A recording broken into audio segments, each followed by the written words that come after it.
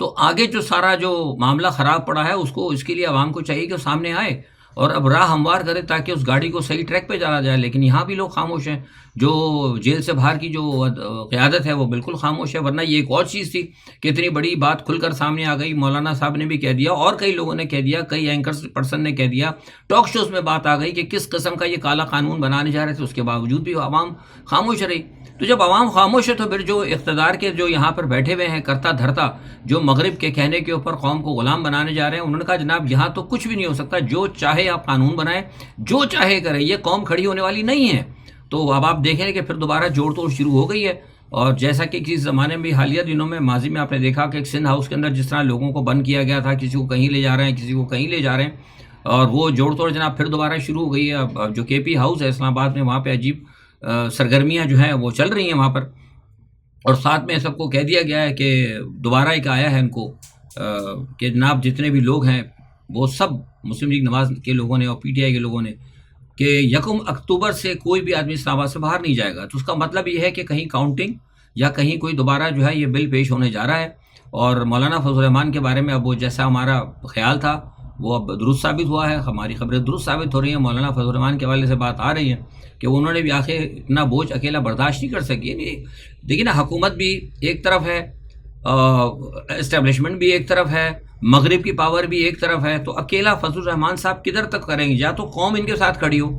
قوم تو ان کے ساتھ کھڑی نہیں ہے, قوم تو سب سوشل میڈیا کے اوپر ہے. تو سوشل میڈیا سے تو آپ امریکہ کو پہ دباؤ نہیں ڈال سکتے, سوشل میڈیا سے آپ فوج پہ دباؤ نہیں ڈال سکتے, سوشل میڈیا سے آپ حکومت پہ دباؤ نہیں ڈال سکتے.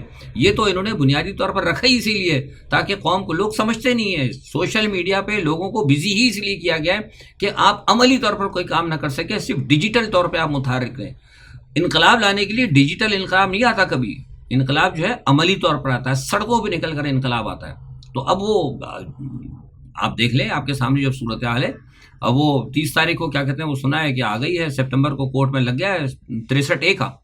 تو 63A میں آپ کو ہوتا ہے کہ وہ فلور کراسنگ کے حوالے سے قانون بنائیں گے. اور اس کے بعد انہوں نے, جیسے میں نے ابھی کہا کہ انہوں نے جناب پی ٹی آئی کے دوسرے لوگوں کو سب کو, جیسے وہ مرغی نہیں پکڑتی اپنے بچوں کو دبوچنا, انہوں نے شروع کر دیا ہے. تو آپ دیکھیں کہ وہ یہ ہوگا کہ سب لوگ دیکھتے رہ جائیں گے.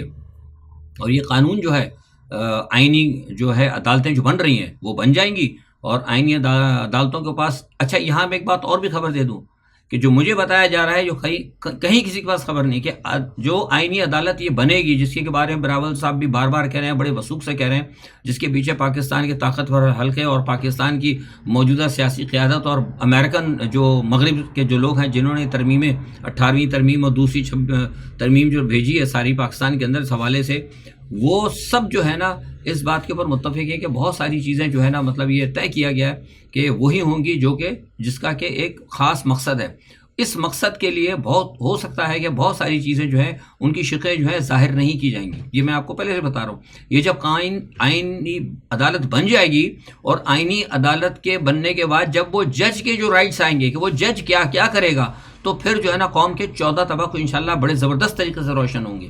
کیونکہ ایک تو ویسے ہی انہوں نے کل قرضہ منظور کر لیا ہے 7 ارب کا, تو آئی ایم ایف نے جو شرطیں لگائی ہیں, تو جو کل تک جو میں نے بتایا تھا نا کہ جیسے کل سنا تھا کہ کل بھی شاید 3 لوگوں نے خودکشی گئے ہیں, تو اب یہ جو نیا بل آ رہا ہے اس پہ 3 کے بجائے یہ خودکشیوں کا جو معاملہ ہے نا وہ 6 تک پہنچ جائے گا. 1 سال سے میں کہہ رہا ہوں کہ جتنا ٹائم لگے گا احتجاج کے اندر, قومی عوامی احتجاج میں جتنا ٹائم لگے گا اتنی آپ کے اوپر سختیاں بڑھتی جائیں گی. ان کا پلان ہی یہی ہے. میں نے آج سے 1 سال پہلے بتا دیا تھا کہ وہاں پہ جو تھنک ٹینک ہے بڑے شیطان تھنک ٹینک ہیں. انہوں نے کہا کہ قوم کو اتنا مفلوق الحال کر لو کہ یہ اپنے گھر سے شہر تک نہ جا سکیں, اور جب یہ دیکھو کہ شہر تک پہنچنے لگے تو پھر ان کو اور اتنا کم کر دو کہ یہ اپنے گھر سے نکل کے اپنے گلی کے کونے تک نہ آ سکیں. سٹی مطلب اسے کہتے ہیں نا کہ اسٹریٹ کے کونے تک نہ آ سکیں. اس کے دوران جو ہے نا جب اس پوزیشن میں آ جائے تو پھر یہ ہے کہ آپ نے جو بھی کرنا ہے وہ آپ سارا کام کر سکتے ہیں. تو صورتحال اسی طرف جا رہی ہے. اب آپ دیکھتے رہیے جو بات میں نے کہی ہے یہ صحیح ہوتی کہ نہیں ہوتی. اچھا دوسرا یہ کہ اب آئینی عدالت دیکھیں, جو میں نے کہا کہ اب معاملات جا رہے ہیں, اب ہو سکتا ہے کل خدا کرے کہ اگر کوئی جلسے ولسے ہو جاتے ہیں, کوئی لوگ اگر احتجاج کے اوپر آ جائے باہر تو ٹھیک ہے, ورنہ پھر جو کچھ ججوں کا حشر ہوگا, عوام کا تو ہوگا, یہ ججز ہے نا ان کا بھی حشر بڑا خراب ہوگا. آپ کو میں نے کہا تھا, آپ لوگوں نے سنا بھی ہوگا, اور بھی بہت سارے لوگوں نے کہا ہے, اور بہت سارے لوگوں کی رپورٹیں موجود ہیں کہ جو کچھ یہ بن رہا ہے یہ صرف اور صرف عوام کے حقوق کو سلب کرنے کے لیے بن رہا ہے. عوام کے حقوق ٹوٹل ختم ہو جائیں گے. ہماری عزت جو ہے ویسے 2 ٹکے کی ہو چکی ہے. خیر سے آپ کو یاد ہوگا کہ کل میں نے ٹویٹر پہ بھی کہا تھا کہ جو کچھ پی ٹی آئی کے ساتھ یہ کر رہے ہیں، اور جو پی ٹی آئی کا تو ہو رہا ہے، لیکن ساتھ میں جو عوام کا بیڑا غرق کر دیا. وہ ادھر وہ دیکھیں نا، وہ جو پی ٹی آئی کی بات ورکر کی میں کر رہا تھا، وہ بزرگ رہنما ہے 9 مئی کے حوالے سے جن کو پکڑا گیا تھا، ان کو جناب ماشاءاللہ یہ حال ان کا کیا ہے ان بدبختوں نے کہ سنا ان کو دوبارہ ہارٹ کی تکلیف ہو گئی ہے اور انہیں پھر دوبارہ اسپتال میں بھیجا گیا ہے. ایک اور کوئی پی ٹی آئی کی شخصیت ہیں، ان کی بھی سنا کل رات سے طبیعت خراب ہے، اور 2-3 اور شخصیات کے بارے میں مجھے بتایا گیا گزشتہ ہفتے سے، ان کا بھی کوئی معدہ ٹھیک نہیں ہے، وہ بھی جیلوں کے اندر ہے. کوئی ان کا پرسان حال نہیں ہے، مطلب جو ہے بس ٹھیک ہے، الٹی سیدھی گولیاں دے رہے ہیں کہ ان کو کوئی پرواہ نہیں کہ کوئی جیل کے اندر مر جائے، ان کو کوئی پرواہ نہیں کسی کو ہارٹ اٹیک ہو جائے، ان کو کوئی پرواہ نہیں کہ کسی کے ساتھ کوئی پرابلم ہو جائے. ان کا اصل مقصد یہ ہے کہ ہم نے اس پی ٹی آئی کو اور پی ٹی آئی کے رہنماؤں کو جو کہ عمران خان کے ساتھ سنسر ہیں، ان کو ہم نے نشان عبرت بنانا ہے. بات میں کر رہا تھا کہ یہ پی ٹی آئی کے ورکرز کے ساتھ ساتھ قوم کی حالت کی بات کر رہا تھا. میں آج صبح سن رہا تھا، کسی نے کہا ابھی تھوڑی دیر پہلے کہ وہ جو ہے ملا ہے اپنا آئی ایم ایف کا، جو اس پہ جناب سعودی عرب کا بڑا شکریہ اور فلانا ڈھمکنا. آج پھر میں دیکھ رہا تھا، کہیں کل تو میں نے بتایا تھا کہ انہوں نے کیا ہے، لیکن آج بھی کہا کو وزیر خزانہ کا ان کو کوئی بیان دکھا رہے تھے سعودی عرب. بھائی سعودی عرب نے کیا آپ کے ساتھ کیا؟ سعودی عرب آپ کی تو اس وقت رسپیکٹ ہی کوئی نہیں. آپ کو یاد ہوگا میں نے اس پہ ٹویٹ بھی کیا تھا کہ جب عمران خان یہاں پر تھے تو سعودی پرنس یہاں پر آئے تھے، عمران خان ساتھ گاڑی میں بیٹھے تھے، اور انہوں نے میڈیا پر یہ بات کہی تھی کہ میں جو ہوں آپ کا بھائی ہوں اور پاکستانی قوم کا اپنے ملک میں سفیر ہوں. یہ کتنی بڑی بات ہے کہ ایک ملک کا سربراہ مملکت جو کہ شاہی خاندان، بادشاہ ہے خاندان، وہ یہ کہہ رہا ہے کہ میں پاکستانی قوم کا سفیر ہوں. آج وہی بادشاہ جو ہے اس نے پاکستان کو وارننگ دی ہے کہ آپ اپنے بھکاریوں کو روکیں پاکستان کے اندر، ورنہ یہ پاکستان کے اوپر جو ہے نا ویزوں کی پابندی لگا دیں. اور یہ سارے دنیا کے تمام بڑے اخبارات میں خبر چھپی ہے. انڈیا اس کے اوپر، بھارت اس کے اوپر بات کر رہا ہے، بنگلہ دیش بات کر رہا ہے، سب بات کر رہا ہے. تو پورا قوم تو بھکاری بنا دیا ہے انہوں نے. تو پھر بار پھر وہی گھوم کر میں ایک بات کہتا ہوں کہ اچھا تو نہیں لگتا کہ کوئی ان سے ہی پوچھے، قوم کیوں نہیں پوچھتی اس سے، ان لوگوں سے، اس اسٹیبلشمنٹ سے، اس حکومت سے، اس کرتا دھرتا والوں سے، کہ وہ جس وقت عمران خان تھا تو عمران خان کے دور میں تو لوگ جو غیر ملکی ہیں جن سے آپ آج بھیک مانگ رہے ہیں، جو آپ کے جن کے آگے آپ کٹورا لے کے کھڑے ہیں، وہ اس وقت عمران خان کے دور میں آپ کے سفیر تھے ہو، اور وہ آج آپ کو دھمکیاں دے رہے ہیں، وہ آج آپ سے نفرت کا اظہار کر رہے ہیں. تو یہاں کون صحیح تھا؟ کون محب وطن تھا؟ عمران خان محب وطن ہے، یا یہ جو سیٹ اپ جو اس وقت آیا یہ محب وطن ہے؟ وہ پاکستان کی ترقی چاہتا تھا یا یہ پاکستان کی ترقی چاہتا ہے؟ عمران خان کے دور میں صرف 13% مہنگائی تھی، آج تقریباً 32% ہے جو مہنگائی. میں نے بتایا آپ کو 32% مہنگائی ہے، لیکن جو ہے کوئی لوگ پھر بھی نہیں نکلتے، لوگ بات ہی نہیں کرتے، سب اپنا خاموش ہیں. تو یہ جو ہے نا صورتحال انتہائی خطرناک ہے. اور میں جو خطرہ محسوس کر رہا ہوں، اور بار بار میں کہہ رہا ہوں، دیکھیے پھر کہ اگر یہ خدا نہ خواستہ اللہ نہ کرے، میں تو ابھی بھی کہتا ہوں کہ آئینی عدالتیں نہ بنیں. اگر یہ آئینی عدالتیں بن گئیں تو جو عوام کا، ججوں کا تو خیر ہوگا، یہ بتا رہا ہوں، ججوں کا بھی بہت برا اثر ہوگا. جو جج کھڑے ہوئے نا ان کو عوام کے پیچھے کھڑے ہونے کی بھی بڑی سزا ملی ہے، اور ساتھ میں عوام کو بھی بڑا برا حال ہوگا. اور آپ کو پتا ہے ابھی 2 دن پہلے کی بات ہے، شاید کل کی، اپنے day before yesterday, Irfan Siddiqui نے سینٹ میں کھڑے ہو کر کہا تھا، میں نے کل اسرار کسانہ کے ساتھ بھی بات دہرائی، شاید بہت سے لوگ ان کو نہیں دیکھتے، ہمارا دیکھتے ہیں تو آپ کو پتہ لگ جائے. انہوں نے کھڑے ہو کے عرفان صدیقی نے کہا تھا کہ امریکہ کے اندر جو سینیٹر ہے وہ ججوں کو سزا تک دے سکتے ہیں. تو یہ اللہ تعالیٰ نے منہ سے بات نکلوائی تھی. اس کا مطلب ہے کہ یہ سوچ لیں کہ مسلم لیگ نواز کو اور پیپلز پارٹی کے پلان کیا ہے، کہ ہر وہ جج جس نے کہ قوم کو انصاف دینے کی کوشش کی ہے، اور ہر وہ جج جس نے کہ قوم کو غلام بنانے سے مزاحمت کی، ہم اس کو نشان عبرت بنائیں گے. ان کا پلان صرف یہ ہے، میں آپ کو واضح آخر میں لفظ بتا رہا ہوں آپ کو پاکستان کی خبروں میں، کہ ان کا پلان یہ ہے کہ قوم کو بالکل غریب کر کے غلام بنا دیا جائے. ان سے یہ جو ہے نا بادشاہوں کی طرح آپ لوگوں سے یہ لگان لیں گے، لگان ہوتا ہے نا، جو بھی آپ کام کریں گے لگان لیں گے. 50,000 کی آمدنی ہے اور آپ کو ایف بی آر میں رجسٹر کرانا پڑے گا. ظلم دیکھیں آپ کی، 10-12,000 15,000 کا تو مکان کرائے پہ ملتا ہے، 10,000 کا بجلی کا بل آ گیا. 50,000 میں ہوتا کیا ہے جو 50,000 کے اوپر ایف بی آر کے اوپر وہ کہہ رہے ہیں کہ آپ فائلر اور نان فائلر ہوں گے. کم از کم 1 لاکھ تک تو ان کو چھوٹ دینی چاہیے.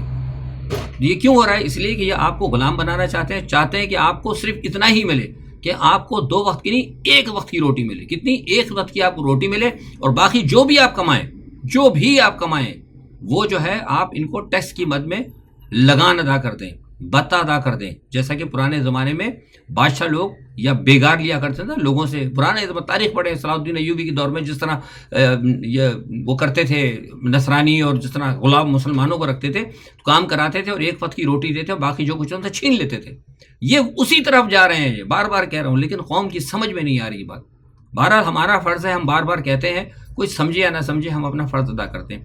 تھوڑا سا بتا دوں آپ کے اسرائیل کے حالات جو ہے ادھر معاملات ادھر خراب چل رہے ہیں. اسرائیل نے بیروت میں بمباری کی شہر کے اوپر، اور جس سے بڑی تباہی ہوئی ہے. اور مجھے جو لگ رہا ہے نا، بارہا اس بات کا شاید بین الاقوامی سطح پر بھی اعادہ کیا گیا ہے.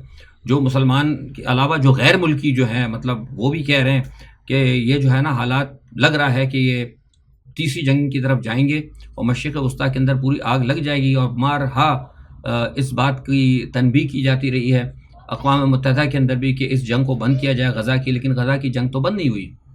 اور اب بار بار کہا جا رہا ہے اقوام متحدہ کی طرف سے، سیکرٹری جنرل نے بھی کہا ہے کہ ہم اس کو دوسرا غزہ نہیں بننے دیں گے، لیکن وہ غزہ بن رہا ہے. کل آپ کو پتہ ہے، کل 100 کے قریب جو ہے لبنان کے اندر لوگ شہید ہوئے ہیں اور بین شہروں کے اندر، بیروت کے اندر بمباری کی گئی ہے. اور آج جب میں آپ سے بات کر رہا ہوں پاکستانی وقت کے مطابق 2-2:30 بجے کا ٹائم ہوگا، اس وقت ہی مجھے بتایا گیا کہ کل ویسے رات کا پروگرام تھا، لیکن آج ان کو کہا ہے کہ کل رات اصل میں واشنگٹن پہنچے ہوئے ہیں اسرائیلی وزیر جنگ جو ہیں، اور وہ وہاں پر پہنچے ہوئے ہیں اور وہاں جا کے واشنگٹن سے بات چیت کریں گے، ان سے منظوری لیں گے، اس کے بعد یہ گراؤنڈ میں اپنی فوجیں داخل کریں گے. یعنی ہر کام کے پیچھے امریکہ آپ کو نظر آ رہا ہے. آپ کو کہیں بھی آپ چلے جائیں گھوم پھر کے آپ کو امریکہ ہی نظر آ رہا ہے، لیکن مسلمانوں کی آنکھیں نہیں کھل رہی جو کہیں نہ کہیں جا کے متحد ہو جائیں. تو اب دوسرا یہ ہے کہ ایران، جیسے میں نے کہا کہ اگر یہ جنگ پھیلتی ہے تو ایران ابھی تک تو پراکسیز کی شکل میں ہے، ایران ہی لڑ رہا ہے. اگر دیکھا جائے تو لوگ کہتے ہیں کہ ایران نے حملہ نہیں کیا. لوگ بھائی دیکھیے، ایران کا میں نے پہلے بتایا تھا کہ ایران کو پتا ہے کہ اگر میں اکیلا جنگ میں کود جاتا ہوں، کودے گا ضرور، ہو سکتا ہے حالات یہ رہے. اس نے کہہ بھی دیا آج ایران نے کہ اگر مشرق وسطیٰ کے اندر آگ پھیل گئی اور اگر لبنان کے ساتھ فل فلیج وار ہوگی تو ہم اپنے آپ کو دور نہیں رکھیں گے. انہوں نے کہہ دیا. تو ابھی جو اگر ساتھ جو لڑ رہی ہیں تنظیمیں، وہ ساری کی ساری ایران کی تو ہیں، اور کون ایران کو اسلحہ دے رہا ہے؟ یہ ابھی کل جو لانگ رینج میزائل سے جو حملے ہوئے ہیں بیروت سے جو ہوئے ہیں لیبنان سے اسرائیل کے جو شمالی سرحدات کے اوپر، اور یہ اپنا جو حیفا کے اوپر ہیں گدورات پر جو 13 حملے ہوئے، اس میں سب میں شاہی ڈرون آئے. تو شاہی ڈرون کس کا ہے؟ ایران کا ہی ہے. تو فرق صرف آپ یوں اس کو کہہ سکتے کہ ایران آلریڈی جنگ میں ہے آلریڈی، لیکن یہ ہے کہ ایران نے اپنے محاذ کھولے میں اپنی پراکسیز کے ذریعے لڑ رہا ہے. لیکن جب وہ دیکھے گا کہ بھائی حالات اگر خراب ہو گئے تو پھر یہ کہ وہ مرکزی طور پر جنگ میں شامل ہو سکتا ہے. دوسری جانب جو ہے ادھر معاملات ادھر بھی گڑبڑ ہو رہے ہیں ایران کے ساتھ. جو ہے ایران کے جو صورتحال کو دیکھتے ہوئے میں نے بتائی تھی بات، شاید کافی لوگوں کو یاد ہوگا، یہاں سے تقریباً 2 سال پہلے میں نے کہا تھا کہ ایران جو ہے اس کے قریب پہنچ چکا ہے کہ وہ نیوکلیئر جو ہے طاقت بن سکتا ہے، اور شاید غالباً اب سے 6 مہینے پہلے وہ یہ صلاحیتیں حاصل کر چکا ہے. اور اب جو ہے سارے معاملات کے ساتھ وہ روس کے ساتھ ان کی ڈیل تقریباً ہو چکی ہے. یہ میں بتا رہا ہوں، کچھ پہلے سے وہ تیاری کر چکی تھا، کچھ ابھی روس نے ان کے ساتھ معاملات طے کر لیے ہیں. تو اگر جب ایران جنگ میں کودا تو ہو سکتا ہے کہ شاید نیوکلیئر جو ہے ایران آخر میں تنگ آمد بجنگ آمد ہو سکتا ہے کہ نیوکلیئر ہتھیار استعمال کرے. لیکن دوسری جانب یہ خبر یہ بھی آ رہی ہے کہ نیٹو کے دوسرے ممالک نے، نیٹو کے جو دوسرے ممالک ہیں انہوں نے کہا ہے کہ شاید لٹویا سے یا لٹوانیا سے یہ کوشش کر رہے ہیں کہ روس کے اوپر ایک یلغار کی جائے. تو آج پیوٹن نے کہہ دیا کہ اگر کسی بھی دوسرے ملک نے اگر روس کے اوپر حملہ کیا تو پھر ہم جواب جو ہے نا پھر نیوکلیئر ہتھیار استعمال کریں گے، یعنی نیوکلیئر جنگ ہوگی. انتہائی خطرناک صورتحال ہے، جو سٹارٹنگ میں نے آپ سے کہا تھا نا کہ مجھے کہیں سے اچھی خبر نظر نہیں آ رہی. پاکستان میں بھی آپ نے دیکھ لیا کہ کیا صورتحال چل رہی ہے، دنیا میں کیا ہو رہا ہے، ان کو کچھ پرواہ نہیں. ان کی ایک ہی ہے کہ عمران کو اور عمران کی پارٹی کو ختم کرنا ہے اور قوم کو غلام بنانا ہے. اور بین الاقوامی سطح پر بھی امریکہ کا، مغرب کا، شیطانی قوتوں کا یہی پلان ہے کہ مسلمانوں کو ٹوٹل یہاں سے ایلیمنیٹ کرنا ہے. فیصلہ آپ نے کرنا ہے. آج کے لیے اتنا ہی. اپنا بہت خیال رکھیے گا. اللہ حافظ.